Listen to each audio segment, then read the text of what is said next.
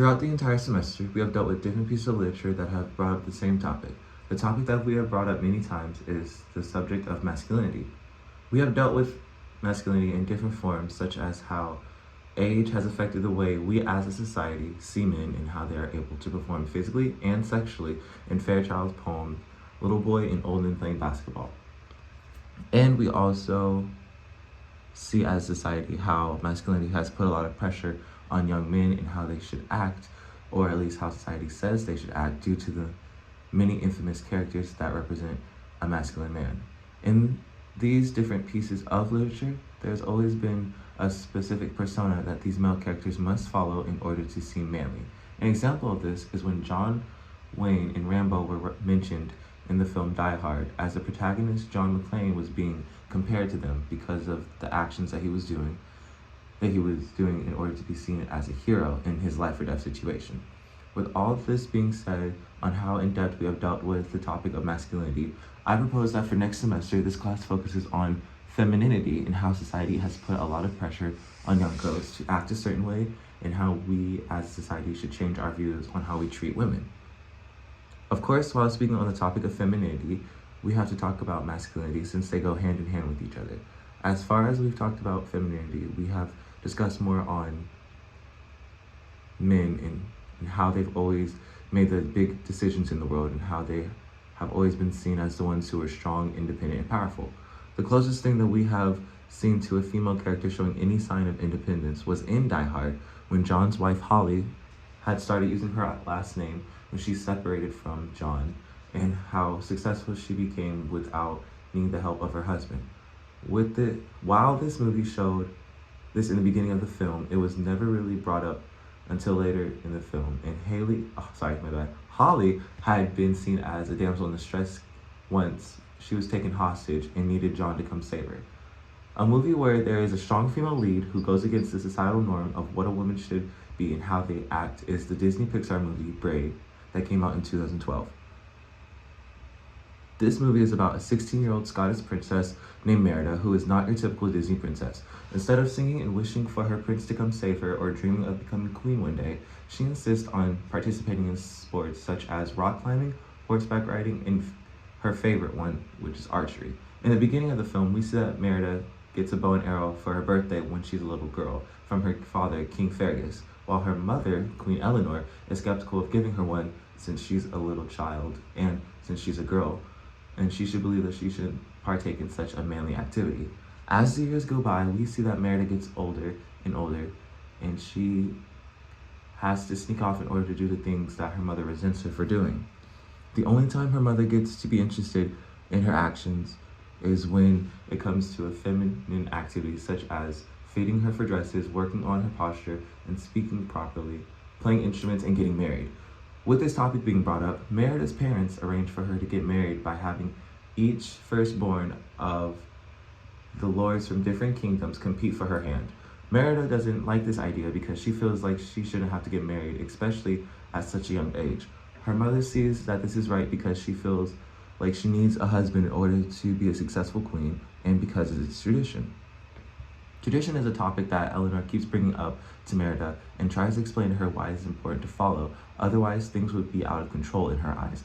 When it comes to women in society, it has always been seen that if a woman is not married by a certain age, that she would not live a successful and happy life. In this movie, it does a great job by displaying that this trope is not true. Spoilers for the ending, Eleanor allows Merida to take control of her life and doesn't force her to get married just yet while she's in her youth.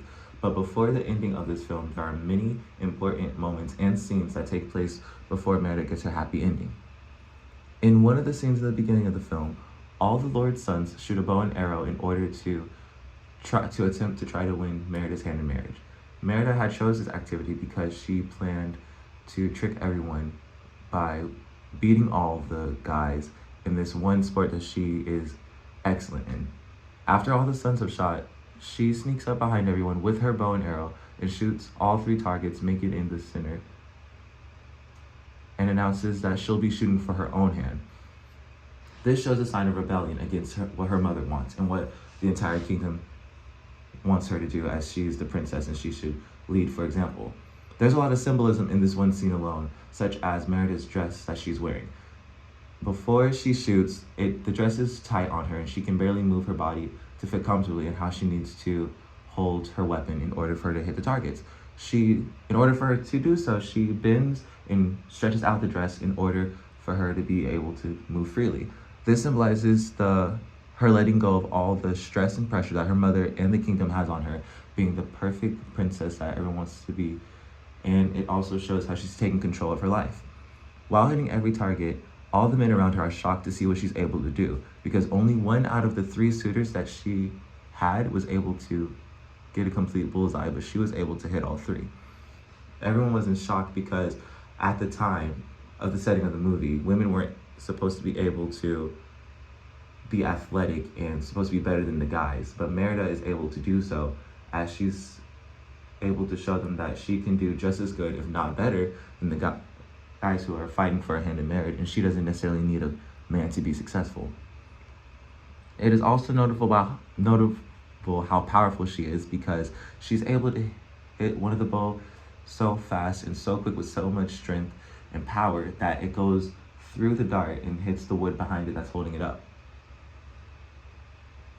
Throughout the entire film, there are many gender norms that we get to see, such as how we as a society see what men and women should be and how they should act like. For example, there are not too many women in the film, but there are more males. All the men in the film are seen as being brawny, masculine, and get to do typical manly things such as curse, fight, and try to make themselves seem like that they're a better fit for Merida. While the women in the film, there's not too many, but when you see them, they're doing stereotypical feminine things, such as cooking and cleaning for the king and queen, and they also don't really speak too much because they don't have any rights to say what they want to freely unless they're being spoken to. The only woman in the film who gets to talk the most and everyone listens to her because they know she has power is Queen Eleanor, because she's seen as a powerful woman alongside her husband, King Fergus. This is where Merida is the middle ground between the two genders. Being the only tomboy in the kingdom, she gets to show how physically capable she is of doing things without needing any help from any guy. And she shows how strong she is by herself. She's so strong that at one point in the movie, she was able to fight off 3 men, including her father, in order to protect her mother. While showing her more masculine traits, she also shows her more feminine traits, such as playing instruments, being able to cook and sew, and she also doesn't speak as much as the other women do in the film because she knows that she's not as powerful as her mother yet. None of the men actually do ever listen to Merida until she has to yell at them and try to get them to stop fighting each other in order to prevent a civil war from happening between the kingdoms. And as this scene goes on, she's able to do so by letting everyone think about how at one point they were all friends and now they shouldn't be enemies, because it's tradition, as her mom taught her, to just understand why some things just can't be broken and why we have to uplift one another instead of tear each other apart. After the scene where Merida shoots the targets, Eleanor drags Merida to her room and yells at her for not being the perfect princess. Merida tries to explain why she did what she did, but Eleanor refuses to listen to her and shows how embarrassed she was of her. Merida, instead of crying and being mad at her mom, she tears apart a quilt that her mother was making of her by taking a sword and slashing it down the middle. This, on the quilt, was a picture of Merida, her mom, her dad, and her little brothers. But the part that Merida ripped off divided her mom from the rest of her family. This scene symbolizes how the relationship between mother and daughter have separated in the course of 16 years since Merida has been a child. And it's also notable that it's acceptable in society that we allow women to tear each other apart instead of lift each other up. But in this movie, it does a great job of building that relationship back up between two women, or more specific, mother and daughter, when it comes to Merida accidentally turning her mother into a bear and they have to go in the wild to survive for a while. In the wild, they had to learn how to hunt, or at least Eleanor had to learn how to hunt food so they could eat. and Merida taught her mom how to start a fire in order for them to survive. Instead of making fun of her mom for being so pampered and so what's the word, selfish or stubborn, she insists on teaching her and laughing with her instead of at her in order to get the task done. There has always been a double standard when it comes to men and women. The double standard can be seen in different subjects and places such as the workplace, sports, and even in the household. When it comes to raising children, it has been a tradition that parents keep a closer eye on their daughters instead of their sons because they don't want anyone to get the wrong idea of them. Some of this mindset comes from the fear that girls are more at risk of being in danger compared to the boys, but the other part of this mindset also comes from no one wants their daughter to be seen as loose or promiscuous but instead they want them to be seen as innocent or pure. A lot of the parents will give their sons the benefit of the doubt because a lot of the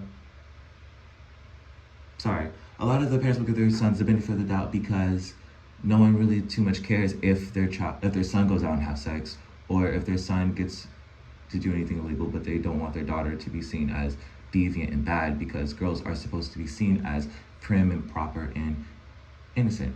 A way that this is seen in the movie Brave is Merida being raised differently from her brothers.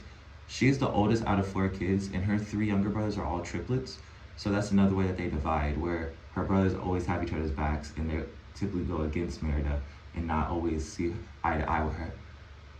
Whenever it comes to the actions that Merida does, her mom and dad always keep a close eye on her and make sure that she is seen as this perfect princess. Instead, the boys get to get away with pretty much anything. Even Merida at the beginning of the movie quotes that her brothers can get away with murder, metaphorically speaking, for all of the pranks that they pull on the prison guards and their father in the film.